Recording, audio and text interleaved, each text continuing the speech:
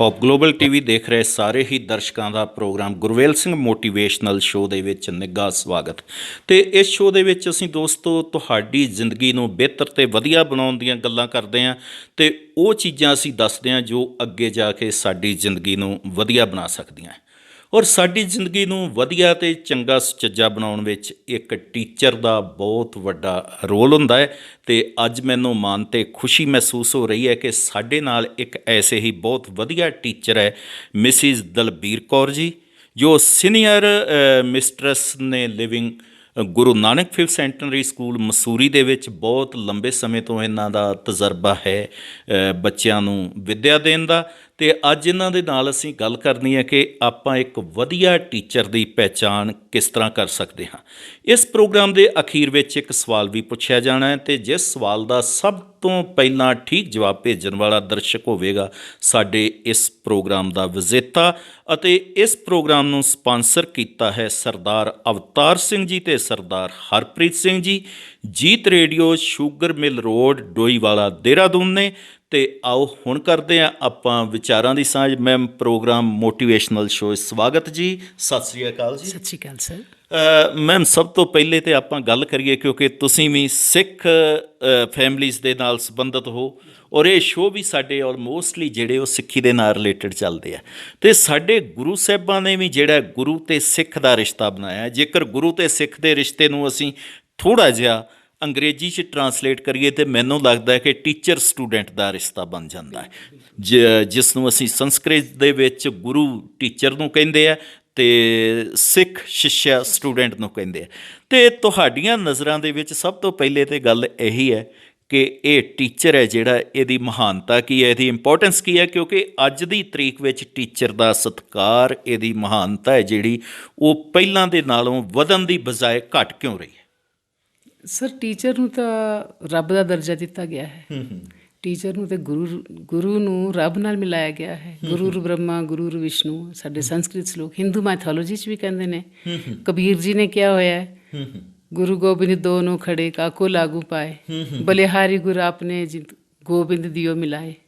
ਅਤੇ ਇਸ ਕਰਕੇ ਟੀਚਰ ਦਾ ਜੋ ਸਥਾਨ ਹੈਗਾ ਉਹ ਰੱਬ ਦੇ ਬਰਾਬਰ ਹੈ, ਗੁਰੂ ਦੇ ਬਰਾਬਰ ਹੈ। ਬਿਲਕੁਲ, ਜੋ ਟੀਚਰ ਹੈ ਨਾ, ਇਸ ਦਾ ਸਥਾਨ ਜਿਸ ਤਰ੍ਹਾਂ ਮੈਮ ਨੇ ਦੱਸਿਆ ਹੈ ਕਿ ਬਿਲਕੁਲ ਰੱਬ ਦੇ ਬਰਾਬਰ ਹੈ, ਕਿਉਂਕਿ ਟੀਚਰ ਹੈ ਜਿਹੜਾ ਉਹ ਇੱਕ ਪੁਲ ਹੈ ਵਿਦਿਆਰਥੀਆਂ ਦੇ ਵਿੱਚ, ਜੋ ਉਹਨਾਂ ਨੂੰ ਬਚਪਨ ਤੋਂ ਕੱਢ ਕੇ ਉਹਨਾਂ ਨੂੰ ਇੱਕ ਮਹਾਨ ਅਤੇ ਸ੍ਰਿਸ਼ਟ ਇਨਸਾਨ ਬਣਾਉਂਦਾ ਹੈ। ਕਿਉਂਕਿ ਇੱਕ ਬੱਚੇ ਨੂੰ ਟੀਚਰ ਕਿਸ ਤਰ੍ਹਾਂ ਦਾ ਮਿਲਿਆ ਹੈ, ਇਸੇ 'ਤੇ ਹੀ ਨਿਰਭਰ ਕਰਦਾ ਹੈ ਕਿ ਉਹ ਅੱਗੇ ਜਾ ਕੇ ਕਿਸ ਤਰ੍ਹਾਂ ਦਾ ਇਨਸਾਨ ਬਣੇਗਾ। ਤੁਹਾਡੇ ਕਹਿਣ ਦਾ ਇਹੀ ਮਤਲਬ ਹੈ ਵੀ ਟੀਚਰ ਦਾ ਬੱਚੇ ਦੇ ਮਨ 'ਤੇ ਹੋਰ ਸ਼ਾਇਦ ਸਾਰੇ ਪ੍ਰਭਾਵ ਬਹੁਤ ਜਲਦੀ ਉਹਦੇ ਮਨ ਤੋਂ ਲੈ ਜਾਣ, ਪਰ ਜੋ ਟੀਚਰ ਦਾ ਪ੍ਰਭਾਵ ਹੈ ਉਹ ਨਹੀਂ ਲੈਂਦਾ। ਜੋ ਟੀਚਰ ਨੇ ਸਿਖਾਇਆ ਉਹ ਸਾਰੀ ਜ਼ਿੰਦਗੀ ਯਾਦ ਰਹਿੰਦਾ ਹੈ। ਸਾਨੂੰ ਹਲੇ ਵੀ ਯਾਦ ਹੈਗਾ, ਸਾਡੇ ਟੀਚਰ ਨੇ, ਕਿਸੇ ਟੀਚਰ ਨੇ ਕੋਈ ਗੱਲ ਦੱਸੀ ਹੋਣੀ, ਅਸੀਂ ਕਹਿੰਦੇ ਨਹੀਂ, ਸਾਡੇ ਟੀਚਰ ਨੇ ਇੱਦਾਂ ਦੱਸਿਆ ਸੀ, we have to do it like ਦਿਸ।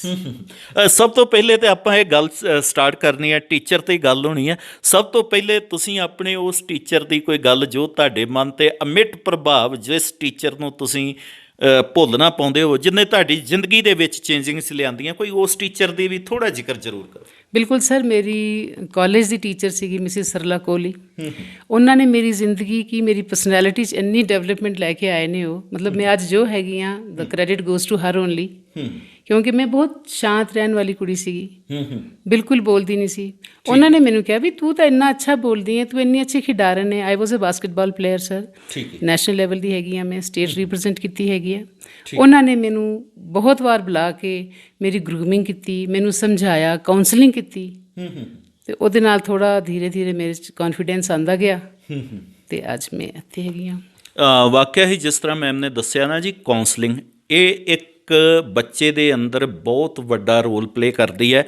ਔਰ ਖ਼ਾਸ ਕਰਕੇ ਮੇਰੇ ਖਿਆਲ 'ਚ ਟੀਚਰ ਨੂੰ ਕਾਉਂਸਲਰ ਹੋਣਾ ਚਾਹੀਦਾ ਹੈ।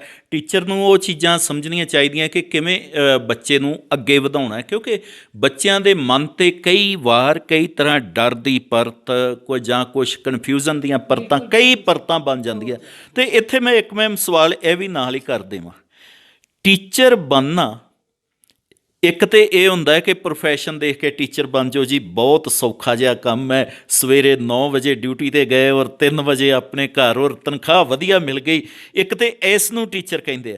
ਦੂਸਰੀ, ਟੀਚਰ ਦੇ ਅੰਦਰ ਕੁਆਲਿਟੀਜ਼ ਕੀ ਕੀ ਹੋਣੀਆਂ ਚਾਹੀਦੀਆਂ ਜਿਹੜਾ ਕਿ ਬੱਚੇ ਦਾ ਜੀਵਨ ਬਦਲ ਦੇਵੇ। ਬਿਲਕੁਲ ਸਰ, ਟੀਚਰ ਦੀਆਂ ਤੇ ਬਹੁਤ ਕੁਆਲਿਟੀ ਨੇ। ਟੀਚਰ 'ਚ ਕੀ ਕੁਆਲਿਟੀ ਨਹੀਂ ਹੋਣੀ ਚਾਹੀਦੀ? ਟੀਚਰ ਵਿੱਚ ਸਾਰੀਆਂ ਹੀ ਅੱਛੀਆਂ ਕੁਆਲਿਟੀਆਂ ਹੋਣੀਆਂ ਚਾਹੀਦੀਆਂ ਨੇ। ਮੈਂ ਕਹਾਂਗੀ ਟੀਚਰ ਨੂੰ ਇੱਕ ਸਭ ਤੋਂ ਪਹਿਲਾਂ ਤਾਂ ਟੀਚਰ ਵਿੱਚ ਕਮਿਊਨੀਕੇਸ਼ਨ ਸਕਿੱਲਸ ਬਹੁਤ ਅੱਛੀਆਂ ਹੋਣੀਆਂ ਚਾਹੀਦੀਆਂ ਨੇ। ਕਮਿਊਨੀਕੇਸ਼ਨ ਸਕਿੱਲਸ ਦੇ ਨਾਲ ਹੀ ਟੀਚਰ ਬੱਚੇ ਨੂੰ ਜੋ ਉਹ ਸਮਝਾਉਣਾ ਚਾਹੁੰਦਾ ਹੈ ਉਹ ਸਮਝਾ ਪਾਏਗਾ। ਬੱਚੇ ਦੇ ਲੈਵਲ 'ਤੇ ਆ ਕੇ ਟੀਚਰ ਨੂੰ ਪੜ੍ਹਾਉਣਾ ਚਾਹੀਦਾ ਹੈ। ਟੀਚਰ ਵਿੱਚ ਦੂਰਦਰਸ਼ਿਤਾ ਹੋਣੀ ਬਹੁਤ ਜ਼ਰੂਰੀ ਹੈ ਜੀ। ਟੀਚਰ ਬੱਚੇ ਦੇ ਲੈਵਲ 'ਤੇ ਆਏ, ਬੱਚਾ ਕਿਸ ਤਰੀਕੇ ਨਾਲ ਸਮਝੇਗਾ ਉਸ ਤਰੀਕੇ ਨਾਲ ਟੀਚਰ ਨੂੰ ਬੱਚੇ ਨੂੰ ਸਮਝਾਉਣਾ ਚਾਹੀਦਾ ਹੈ। ਕ੍ਰੀਏਟੀਵਿਟੀ ਪਾਣੀ ਚਾਹੀਦੀ ਹੈਗੀ ਹੈ, ਬੱਚੇ ਵਿੱਚ ਇਮੈਜੀਨੇਸ਼ਨ ਪਾਣੀ ਚਾਹੀਦੀ ਹੈਗੀ ਹੈ ਟੀਚਰ ਨੂੰ। ਅਤੇ ਮਤਲਬ ਟੀਚਰ ਇੱਕ ਬਹੁਤ ਹੀ ਵਧੀਆ ਰੋਲ ਜੋ ਤੁਸੀਂ ਕਹਿ ਲਓ ਪਲੇ ਕਰਦਾ ਹੈ ਬੱਚੇ ਦੀ ਜ਼ਿੰਦਗੀ ਵਿੱਚ। ਜੇ ਟੀਚਰ ਠੀਕ ਮਿਲ ਜਾਏ ਬੱਚਾ ਸਫਲ ਹੋ ਜਾਂਦਾ ਹੈ। ਜੇ ਨਾ ਹੋਏ ਤਾਂ ਬੱਚਾ, ਕਈ ਬੱਚੇ ਫੇਲੀਅਰ ਫੇਸ ਕਰ ਸਕਦੇ ਨੇ, ਕਈ ਬੱਚੇ ਫੇਲੀਅਰ ਫੇਸ ਕਰਦੇ ਨੇ। ਹਾਂ, ਜਿਸ ਤਰ੍ਹਾਂ ਮੈਮ ਨੇ ਕਿਹਾ ਕਿ ਟੀਚਰ ਵਧੀਆ ਮਿਲ ਜਾਏ ਤੇ ਬੱਚਾ ਸਫਲ ਹੋ ਸਕਦਾ। ਇੱਥੇ ਮੈਂ ਇੱਕ ਆਪਣੇ ਦਰਸ਼ਕਾਂ ਨੂੰ ਬੜੀ ਪਿਆਰੀ ਜੀ ਸਟੋਰੀ ਸੁਣਾਉਣੀ ਚਾਹਾਂਗਾ। ਛੋਟੀ ਜੀ ਸਟੋਰੀ ਹੈ ਔਰ ਬਹੁਤ ਚੰਗੀ ਲੱਗੇਗੀ। ਇੱਕ ਨਵੀਂ ਲੜਕੀ ਟੀਚਰ ਬਣ ਕੇ ਆਪਣੀ ਕਲਾਸ 'ਚ ਗਈ ਅਤੇ ਉਸਨੇ ਜਾਂਦੇ ਹੀ ਆਪਣੇ ਸਟੂਡੈਂਟਸ ਨੂੰ ਕਿਹਾ, ਆਈ ਲਵ ਯੂ ਆਲ। ਪਰ ਉਸ ਕਲਾਸ ਦੇ ਵਿੱਚ ਇੱਕ ਐਸਾ ਬੱਚਾ ਬੈਠਾ ਸੀ ਜਿਸ ਦੇ ਵਾਲ ਬਿਲਕੁਲ ਵਗੇ ਹੋਏ ਨਹੀਂ ਸਨ, ਕੰਘੀ ਨਹੀਂ ਹੋਏ ਸੀ, ਜਿਸ ਦੇ ਕੱਪੜੇ ਮੈਲੇ ਕੁਚੈਲੇ ਸੀ, ਔਰ ਉਹ ਬੱਚਾ ਟੀਚਰ ਨੂੰ ਬਹੁਤ ਬੁਰਾ ਲੱਗਾ। ਅਤੇ ਅਗਲੀ ਵਾਰ ਜਦੋਂ ਉਹ ਕਲਾਸ ਦੇ ਵਿੱਚ ਗਈ ਉਸਨੇ ਕਿਹਾ, ਆਈ ਲਵ ਯੂ ਆਲ, ਪਰੰਤੂ ਉਹਨੇ ਉਸ ਬੱਚੇ ਨੂੰ ਸਮਝਿਆ ਨਹੀਂ ਸੀ ਜਿਵੇਂ ਕਿਹਾ ਸਮਝਣ ਦਾ, ਪਰ ਅੰਦਰੋਂ ਕਹਿਣ ਲੱਗੀ ਉਸ ਬੱਚੇ ਨੂੰ ਨਹੀਂ, ਕਿਉਂਕਿ ਉਹ ਬੱਚਾ ਬਿਲਕੁਲ ਗੰਦਾ ਸੀ, ਉਹਦੇ ਵਾਲ ਵਗੇ ਨਹੀਂ ਸੀ, ਕੱਪੜੇ ਗੰਦੇ ਸੀ ਸਾਰਾ ਬਿਲਕੁਲ, ਔਰ ਬਿਲਕੁਲ ਐਸੇ ਬੈਠਾ ਸੀ। ਫਿਰ ਉਹ ਬੱਚੇ ਦੇ ਉੱਪਰ ਜੋਕ ਕ੍ਰੈਕਸ ਕਰਨਾ, ਉਸ ਬੱਚੇ ਨੂੰ ਟੌਂਟ ਕਰਨਾ, ਉਸ ਬੱਚੇ ਨੂੰ ਟੀਜ਼ ਕਰਨਾ, ਔਰ ਸਭ ਦੇ ਸਾਹਮਣੇ ਉਸ ਬੱਚੇ ਨੂੰ ਮਜ਼ਾਕ ਦਾ ਪਾਤਰ ਬਣਾ ਕੇ ਹਸਾਉਣਾ, ਇਹ ਉਸ ਟੀਚਰ ਦਾ ਕੰਮ ਬਣ ਗਿਆ ਸੀ। ਪਰ ਉਹ ਬੱਚਾ ਐਸਾ ਹੋ ਗਿਆ ਸੀ, ਉਹਦੇ 'ਤੇ ਕਿਸੇ ਵੀ ਗੱਲ ਦਾ ਕੋਈ ਅਸਰ ਹੋ ਹੀ ਨਹੀਂ ਰਿਹਾ ਸੀ। ਸਮਝ ਲਓ ਮਨ ਕਰਕੇ ਐਸਾ ਉਹ ਬੱਚਾ ਪੱਕ ਚੁੱਕਾ ਸੀ। ਫਿਰ ਕੀ ਹੋਇਆ, ਉਹ ਬੱਚਾ ਫੇਲ ਹੋਇਆ ਔਰ ਉਸ ਬੱਚੇ ਦਾ ਰਿਪੋਰਟ ਕਾਰਡ ਲਿਖਣ ਲਈ ਟੀਚਰ ਨੂੰ ਕਿਹਾ ਗਿਆ ਅਤੇ ਟੀਚਰ ਨੇ ਰਿਪੋਰਟ ਕਾਰਡ ਦਿੱਤਾ ਕਿ ਇਸ ਬੱਚੇ ਵਿੱਚ ਮੈਨੂੰ ਇੱਕ ਵੀ ਚੰਗਾ ਗੁਣ ਨਜ਼ਰ ਨਹੀਂ ਆਉਂਦਾ ਜੋ ਮੈਂ ਲਿਖਾਂ। ਅਜੇ ਤਾਈਂ ਜ਼ਿੰਦਗੀ 'ਚ ਮੈਂ ਜਿੰਨੇ ਵੀ ਬੱਚਿਆਂ ਨੂੰ ਦੇਖਿਆ, ਸਭ ਤੋਂ ਡਲ, ਸਭ ਤੋਂ ਖਰਾਬ, ਸਭ ਤੋਂ ਨਿਕੰਮਾ ਬੱਚਾ ਇਹ ਹੈ। ਪਰ ਪ੍ਰਿੰਸੀਪਲ ਨੇ ਕਿਹਾ, ਨਹੀਂ, ਦੁਨੀਆ 'ਤੇ ਕੋਈ ਐਸਾ ਬੱਚਾ ਨਹੀਂ ਹੁੰਦਾ ਜਿਹਦੇ ਵਿੱਚ ਕੋਈ ਚੰਗੀ ਕੁਆਲਿਟੀ ਨਾ ਹੋਵੇ, ਤੂੰ ਇਸ ਦੇ ਵਿੱਚ ਚੰਗੀ ਕੁਆਲਿਟੀ ਲੱਭ, ਜ਼ਰੂਰ ਮਿਲੇਗੀ। ਕਹਿੰਦੀ ਮੈਨੂੰ ਤਾਂ ਕੋਈ ਨਹੀਂ ਮਿਲੀ, ਤੁਹਾਨੂੰ ਮਿਲਦੀ ਹੈ, ਲਿਖ ਦਿਓ। ਔਰ ਅਗਲੇ ਦਿਨ ਟੀਚਰ ਨੇ ਉਸ ਦੇ ਡੈਸਕ 'ਤੇ ਪ੍ਰਿੰਸੀਪਲ ਨੇ ਇੱਕ ਲਿਫਾਫਾ ਭੇਜਿਆ ਜਿਸ 'ਚ 2 ਚੀਜ਼ਾਂ ਸੀ। ਇੱਕ ਉਸ ਬੱਚੇ ਦੀ ਪਿਛਲੀ ਕਲਾਸ ਦਾ ਰਿਪੋਰਟ ਕਾਰਡ, ਔਰ ਦੂਸਰਾ ਉਸ ਦੇ ਨਾਲ ਹੀ ਉਸ ਬੱਚੇ ਦੀ ਮਾਂ ਦੀ ਲਾਸਟ ਕੈਂਸਰ ਦੀ ਰਿਪੋਰਟ, ਲਾਸਟ ਸਟੇਜ ਕੈਂਸਰ ਦੀ ਰਿਪੋਰਟ, ਜਿਸ ਨੂੰ ਦੇਖ ਕੇ ਉਹ ਟੀਚਰ ਸਮਝ ਗਈ ਕਿ ਮੇਰੇ ਤੋਂ ਬਹੁਤ ਵੱਡੀ ਗਲਤੀ ਹੋ ਰਹੀ ਹੈ ਜੋ ਮੈਂ ਇਸ ਬੱਚੇ ਨੂੰ, ਔਰ ਉਸਨੇ ਉਸ ਬੱਚੇ ਨੂੰ ਗਲ ਦੇ ਨਾਲ ਲਗਾਇਆ, ਉਸ ਬੱਚੇ ਨੂੰ ਪਿਆਰ ਦੇ ਨਾਲ ਸਮਝਾਇਆ ਔਰ ਉਹਦਾ ਡਰ, ਉਹਦਾ ਭੈ, ਉਹਦੀ ਉਹ ਸਾਰੀ ਚੀਜ਼ਾਂ ਦੂਰ ਕੀਤੀਆਂ। ਰਿਜ਼ਲਟ ਇਹ ਨਿਕਲਿਆ ਕਿ ਜਿਸ ਦਿਨ ਉਹ ਬੱਚਾ ਅਗਲੇ ਸਾਲ ਉਸ ਕਲਾਸ 'ਚੋਂ ਫਸਟ ਆ ਗਿਆ, ਔਰ ਉਸ ਦਿਨ ਉਹ ਉਸ ਟੀਚਰ ਲਈ ਸਾਰੇ ਬੱਚੇ ਜਦੋਂ ਸਕੂਲ ਤੋਂ ਉਹਨਾਂ ਦੀ ਫੇਅਰਵੈਲ ਸੀ, ਕੋਈ ਨਾ ਕੋਈ ਗਿਫਟ ਲੈ ਕੇ ਆਏ। ਉਹ ਬੱਚਾ ਵੀ ਆਪਣੀ ਟੀਚਰ ਲਈ 2 ਗਿਫਟ ਲੈ ਕੇ ਆਇਆ, ਇੱਕ ਟੁੱਟਾ ਹੋਇਆ ਕੰਗਣ ਅਤੇ ਦੂਜੀ ਹਾਫ ਯੂਜ਼ਡ ਸੈਂਟ ਦੀ ਸੀਸੀ ਉਹ ਲਿਆ ਕੇ ਦਿੱਤੀ। ਟੀਚਰ ਨੇ ਸਾਰਿਆਂ ਦੀਆਂ ਗਿਫਟ ਦੂਸਰੀ ਸਾਈਡ ਕਰਕੇ ਉਸ ਬੱਚੇ ਦਾ ਉਹ ਕੰਗਣ ਪਹਿਨਿਆ ਅਤੇ ਸੈਂਟ ਉੱਪਰ ਪਾਇਆ, ਅਤੇ ਬੱਚਾ ਕੋਲ ਆ ਕੇ ਕਹਿੰਦਾ, ਅੱਜ ਤੁਸੀਂ ਮੇਰੀ ਮੰਮੀ ਜੈਸੇ ਲੱਗਦੇ ਹੋ, ਵੈਸੀ ਸਮੈਲ ਆ ਰਹੀ। ਹਾਂ, ਉਹਦੀ ਮੰਮੀ ਦਾ ਜੋ ਬਚਿਆ ਸੀ, ਮੰਮੀ ਤਾਂ ਮਰ ਗਈ ਸੀ ਅਤੇ ਉਹਦਾ ਬਚਿਆ ਸੀ। ਉਸ ਤੋਂ ਬਾਅਦ ਸੰਪਰਕ ਬਣਿਆ ਰਿਹਾ। ਕੁਝ ਸਮੇਂ ਬਾਅਦ ਉਸ ਟੀਚਰ ਦੇ ਕੋਲ ਬੰਗਲੌਰ ਤੋਂ ਇੱਕ ਲਿਫਾਫਾ ਆਇਆ ਜਿਸ ਵਿੱਚ 에ਅਰ ਟਿਕਟ ਸੀ, ਨਾਲ ਉਹਦੀ ਸ਼ਾਦੀ ਦਾ ਇਨਵੀਟੇਸ਼ਨ ਕਾਰਡ ਸੀ, ਔਰ ਲਿਖਿਆ ਸੀ ਕਿ ਜਦੋਂ ਤਾਈਂ ਆਪ ਨਹੀਂ ਆਓਗੇ ਤਦ ਤੱਕ ਮੇਰੀ ਸ਼ਾਦੀ ਨਹੀਂ ਹੋਵੇਗੀ। ਟੀਚਰ ਪਹੁੰਚੀ ਔਰ ਉਸਨੇ ਸਾਰੇ ਬੱਚਿਆਂ ਦੇ ਸਾਹਮਣੇ, ਸਾਰੇ ਆਪਣੇ ਰਿਸ਼ਤੇਦਾਰਾਂ ਦੇ ਸਾਹਮਣੇ ਕਿਹਾ, ਅੱਜ ਤੱਕ ਤੁਸੀਂ ਮੈਨੂੰ ਪੁੱਛਦੇ ਰਹਿੰਦੇ ਸੀ ਹੂਜ਼ ਯੂਅਰ ਮਦਰ, ਤੇਰੀ ਮਾਂ ਕੌਣ ਹੈ, ਇਹ ਹੈ ਮੇਰੀ ਮਾਂ। ਇਹ ਟੀਚਰ ਦਾ ਮਤਲਬ ਕਿ ਇੱਕ ਰੋਲ। ਤੇ ਮੈਂ ਇਸ ਤਰ੍ਹਾਂ ਦੇ ਹੀ ਮੈਂ ਤੁਹਾਡੇ ਤੋਂ ਇਹ ਪੁੱਛਣਾ ਚਾਹਾਂਗਾ, ਹੋਰ ਟੀਚਰ ਦੀਆਂ ਕੁਆਲਿਟੀਜ਼ ਕਿਹੜੀਆਂ ਕਿਹੜੀਆਂ ਨੇ? ਜਿਵੇਂ ਮੈਂ ਉਸ ਸਾਈਡ ਵੱਲ ਇਸ਼ਾਰਾ ਕਰਤਾ ਕਿ ਟੀਚਰ ਬੱਚੇ ਨੂੰ ਕੀ ਤੋਂ ਕੀ ਬਣਾ ਸਕਦਾ। ਬਿਲਕੁਲ ਜੀ, ਜ਼ਿੰਦਗੀ ਚੇਂਜ ਕਰ ਦਿੰਦਾ ਹੈ, ਬੱਚੇ ਦੀ ਲਾਈਫ ਚੇਂਜ ਹੋ ਜਾਂਦੀ ਹੈ ਜੇ ਚੰਗਾ ਟੀਚਰ ਮਿਲ ਜਾਵੇ ਤਾਂ। ਜੀ, ਟੀਚਰ ਨੂੰ ਪੇਸ਼ੈਂਟ ਹੋਣਾ ਬਹੁਤ ਜ਼ਰੂਰੀ ਹੈ ਸਰ। ਇੱਕ ਟੀਚਰ ਵਿੱਚ ਪੇਸ਼ੈਂਸ ਹੋਣਾ ਬਹੁਤ ਹੀ ਜ਼ਰੂਰੀ ਹੈ ਤਾਂ ਕਿ ਉਹ ਬੱਚੇ ਦੀ ਪੂਰੀ ਗੱਲ ਸਮਝ ਸਕੇ। ਕਈ ਵਾਰੀ ਆਪਾਂ ਦੇਖਦੇ ਹਾਂ ਕੋਈ ਬੱਚਾ ਕਿਸੇ ਟੀਚਰ ਨੂੰ ਗੱਲ ਕਰਦਾ ਹੈ, ਟੀਚਰ ਬਿਜ਼ੀ ਹੈਗਾ, ਉਹ ਕਹਿੰਦਾ ਕੋਈ ਨਾ ਬਾਅਦ 'ਚ ਕਰ ਲਵਾਂਗੇ, ਲੇਕਿਨ ਉਹ ਗਲਤ ਹੈਗਾ। ਜਿਸਲੇ ਬੱਚਾ ਤੁਹਾਡੇ ਕੋਲ ਪ੍ਰੋਬਲਮ ਲੈ ਕੇ ਆਏ, you have to listen to the child. ਤੁਸੀਂ ਉਸ ਬੱਚੇ ਦੀ ਗੱਲ ਸੁਣਨੀ ਹੈ। ਕੀ ਪਤਾ ਉਹ ਬੱਚਾ ਕਿਹੜੀ ਪ੍ਰੋਬਲਮ 'ਚ ਗੁਜ਼ਰ ਰਿਹਾ ਹੈ, ਕਿਸ ਤਰ੍ਹਾਂ ਦੇ ਸੈਂਟੀਮੈਂਟਸ ਨੇ ਉਸ ਵੇਲੇ ਉਹਦੇ, ਉਹ ਕੀ ਹਾਲਾਤਾਂ 'ਚ ਗੁਜ਼ਰ ਰਿਹਾ ਹੈ। ਇਹ ਸਾਰੀਆਂ ਚੀਜ਼ਾਂ ਸੁਣਨ ਲਈ ਟੀਚਰ ਨੂੰ ਪੇਸ਼ੈਂਟ ਹੋਣਾ ਬਹੁਤ ਜ਼ਰੂਰੀ ਹੈ। ਟੀਚਰ ਵਿੱਚ ਪੇਸ਼ੈਂਸ ਹੋਣਾ ਚਾਹੀਦਾ ਹੈ, ਪੇਸ਼ੈਂਸ ਔਰ ਅੱਗੇ ਦੀ ਚੀਜ਼ ਲੈ ਕੇ ਚੱਲਣਾ। ਇੱਥੇ ਵੀ ਮੈਂ ਇੱਕ ਸੱਚਾਈ ਦੱਸਣ ਲੱਗਾ ਦੋਸਤੋ। ਅੰਮ੍ਰਿਤਸਰ ਜ਼ਿਲ੍ਹੇ ਦੇ ਵਿੱਚ ਮੇਰੇ ਇੱਕ ਪਹਿਚਾਣ ਵਾਲੇ ਟੀਚਰ ਨੇ, ਇੱਕ ਦਿਨ ਮੈਨੂੰ ਮਿਲੇ, ਸਾਡੀਆਂ ਗੱਲਾਂ ਚੱਲ ਪਈਆਂ ਅਤੇ ਉਹ ਕਹਿਣ ਲੱਗੇ ਕਿ ਸਾਡੇ ਸਕੂਲ 'ਚ ਇੱਕ ਬੱਚਾ ਕਦੇ ਵੀ ਯੂਨੀਫਾਰਮ ਪਾ ਕੇ ਨਹੀਂ ਆਉਂਦਾ ਸੀ, ਅਤੇ ਉਸ ਬੱਚੇ ਨੂੰ ਇੱਕ ਦਿਨ ਅਸੀਂ ਸਲਾਹ ਬਣਾਈ ਕਿ ਚੰਗੀ ਡੰਡਾ ਪਰੇਡ ਕਰਨੀ ਹੈ ਤਾਂ ਕਿ ਇਹਨੂੰ ਸਮਝ ਆ ਜਾਏ ਕਿ ਸਕੂਲ 'ਚ ਯੂਨੀਫਾਰਮ ਪਾ ਕੇ ਕਿਸ ਤਰ੍ਹਾਂ ਆਈਦਾ। ਪਰ ਕਹਿੰਦਾ ਉਸ ਦਿਨ ਮੈਂ ਸਡਨਲੀ ਜਦੋਂ ਆਪਣੇ ਬਾਜ਼ਾਰ ਗਿਆ ਤਾਂ ਉਸ ਬੱਚੇ ਦੀ ਮਦਰ ਮਿਲ ਗਈ ਔਰ ਉਸ ਬੱਚੇ ਦੀ ਮਦਰ ਕਹਿਣ ਲੱਗੀ, ਉਹਨੂੰ ਮੈਂ ਕਿਹਾ ਕਿ ਵੀ ਬੱਚੇ ਨੂੰ ਯੂਨੀਫਾਰਮ ਦੇ ਕੇ ਭੇਜਿਆ ਕਰੋ, ਪਰ ਮਾਂ ਨੇ ਕਿਹਾ ਉਹ ਤਾਂ ਰੋਜ਼ ਕਹਿੰਦਾ ਪਰ ਸਾਡੇ ਕੋਲ ਬਿਲਕੁਲ ਪੈਸੇ ਹੈ ਨਹੀਂ ਹੈ ਔਰ ਉਹ ਤਾਂ ਰੋਜ਼ ਰੋਂਦਾ ਹੈ। ਕਹਿੰਦਾ ਉਸੇ ਟਾਈਮ ਮੈਂ ਦੂਸਰੇ ਟੀਚਰਾਂ ਨੂੰ ਫੋਨ ਕੀਤਾ ਕਿ ਭਾਈ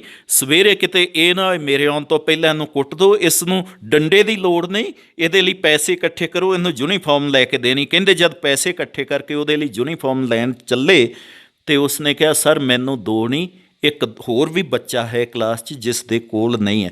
ਇੱਦਾਂ ਮੈਂ ਇਹ ਪੁੱਛਣਾ ਚਾਹਾਂਗਾ ਇੱਥੋਂ ਮਤਲਬ ਵੀ ਕਿਸ ਤਰ੍ਹਾਂ ਦਾ ਇੱਕ ਟੀਚਰ ਬੱਚਿਆਂ ਲਈ ਰੋਲ ਮਾਡਲ ਕਿਵੇਂ ਬਣੇ?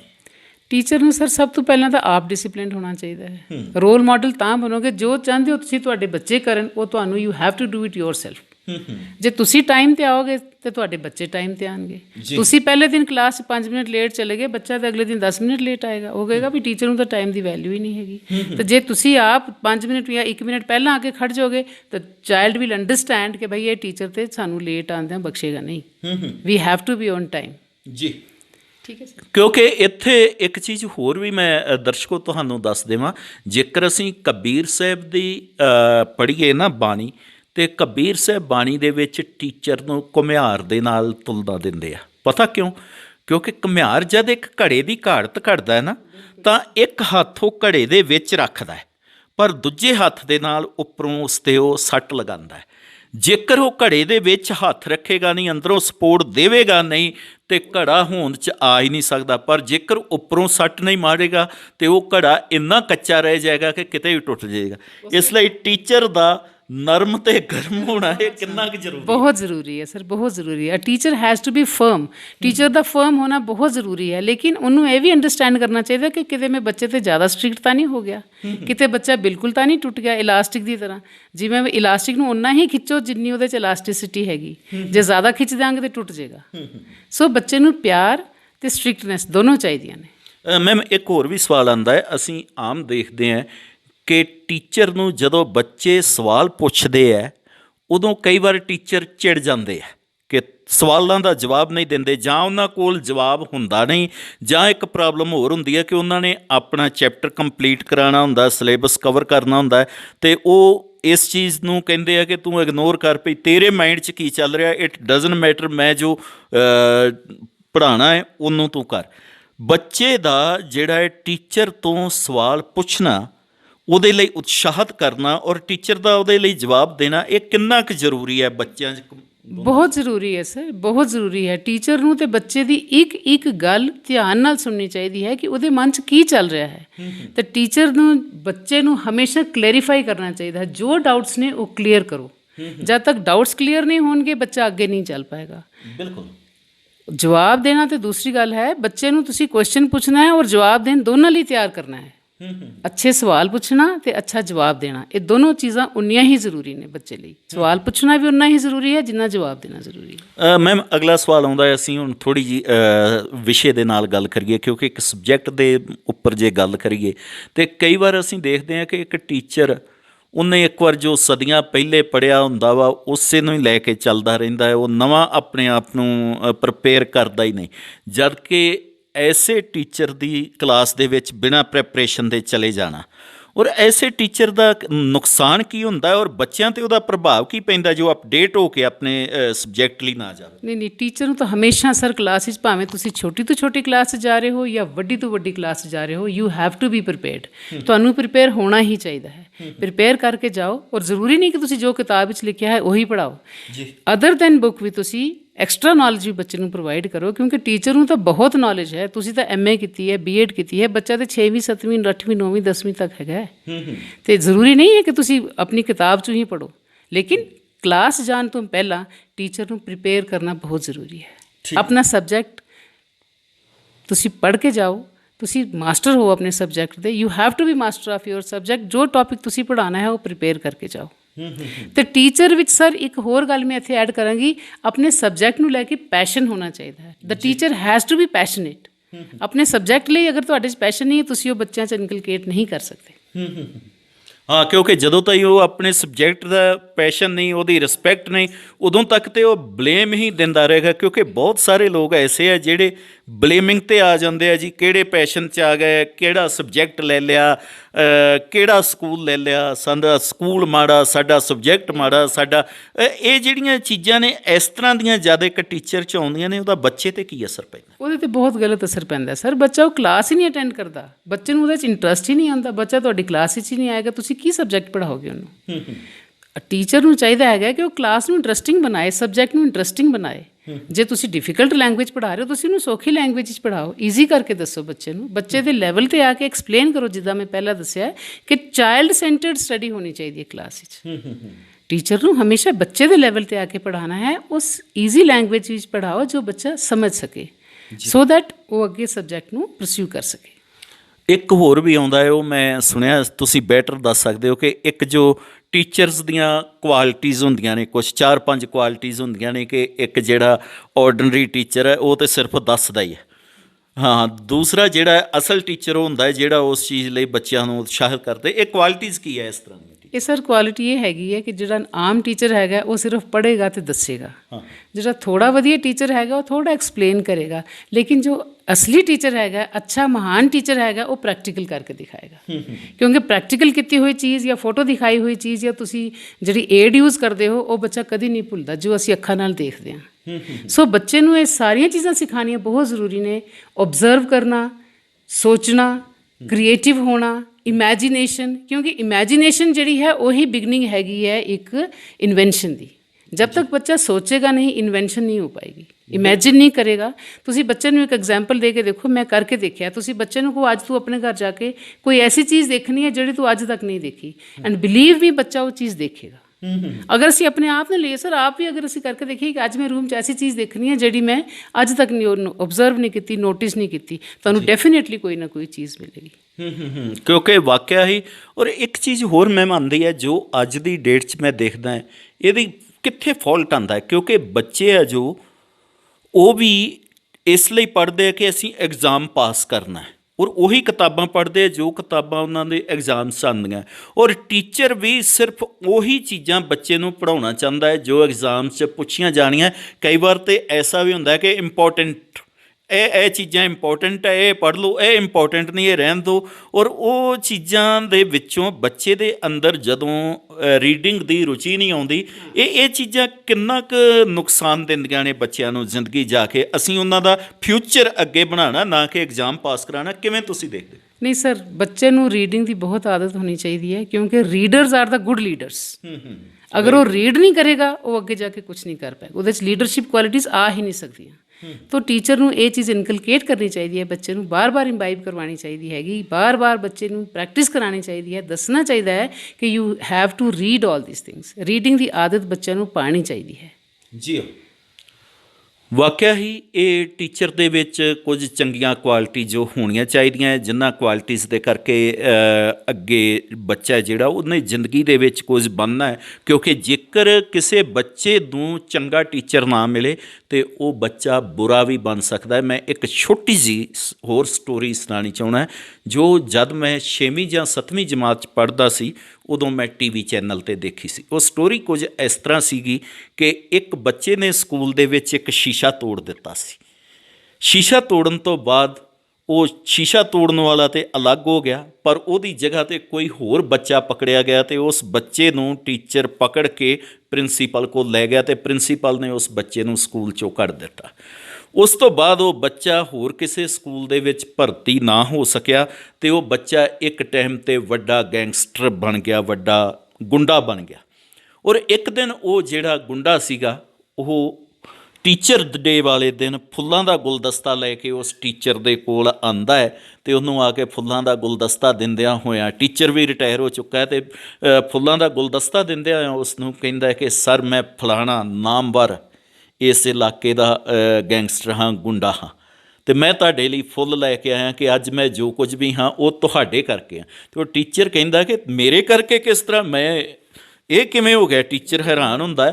ਫਿਰ ਉਹ ਦੱਸਦਾ ਹੈ ਕਿ ਸ਼ੀਸ਼ਾ ਕਿਸੇ ਹੋਰ ਨੇ ਤੋੜਿਆ ਸੀ ਪਰ ਫਸਾ ਮੈਨੂੰ ਦਿੱਤਾ ਸੀ, ਔਰ ਇਸ ਕਰਕੇ ਫਿਰ ਅੱਗੇ ਮੈਂ ਗਲਤ ਲਾਈਨ ਚਲਾ ਗਿਆ। ਇਸ ਤਰ੍ਹਾਂ ਇਹ ਬੱਚਿਆਂ ਦੀ ਸਾਈਕੋਲੋਜੀ ਨੂੰ ਸਮਝਣਾ ਇਹ ਟੀਚਰ ਲਈ ਕਿੰਨਾ ਜ਼ਰੂਰੀ ਹੈ ਔਰ ਕਿੰਨੇ ਕੁ ਟੀਚਰ ਸਮਝਦੇ ਆ, ਇਹਦੇ ਬਾਰੇ ਥੋੜ੍ਹਾ ਬਹੁਤ ਜ਼ਰੂਰੀ ਹੈ ਸਰ, ਬਹੁਤ ਜ਼ਰੂਰੀ ਹੈ। ਟੀਚਰ ਨੂੰ ਬੱਚੇ ਦੀ ਸਾਈਕੋਲੋਜੀ ਸਮਝਣੀ ਚਾਹੀਦੀ ਹੈ, ਕਿਉਂਕਿ ਬੱਚਾ ਕਈ ਵਾਰੀ ਜ਼ਰੂਰੀ ਨਹੀਂ ਹੈ ਬੱਚਾ ਕਹਿ ਰਿਹਾ ਮੇਰਾ ਪੇਟ ਦਰਦ ਹੋ ਰਿਹਾ ਅਤੇ ਅਸੀਂ ਕਹਿੰਦੇ ਹਟ ਬਹਾਨਾ ਮਾਰ ਰਿਹਾ, ਪਰ ਉਹ ਨਹੀਂ, ਟੀਚਰ ਨੂੰ ਉਹ ਚੀਜ਼ ਦੇਖਣਾ ਚਾਹੀਦਾ ਹੈ ਔਰ ਟੀਚਰ ਆਪਣੇ ਐਕਸਪੀਰੀਅੰਸ ਨਾਲ ਦੇਖ ਸਕਦਾ ਹੈ ਕਿ ਵਾਕਈ ਬੱਚੇ ਨੂੰ ਪੇਟ 'ਚ ਦਰਦ ਹੋ ਰਿਹਾ ਹੈ, ਉਹ ਸੱਚ ਬੋਲ ਰਿਹਾ ਹੈ ਜਾਂ ਉਹ ਕਲਾਸ ਬੰਕ ਕਰਨ ਦੀ ਕਰਕੇ ਬਹਾਨਾ ਮਾਰ ਰਿਹਾ ਹੈ।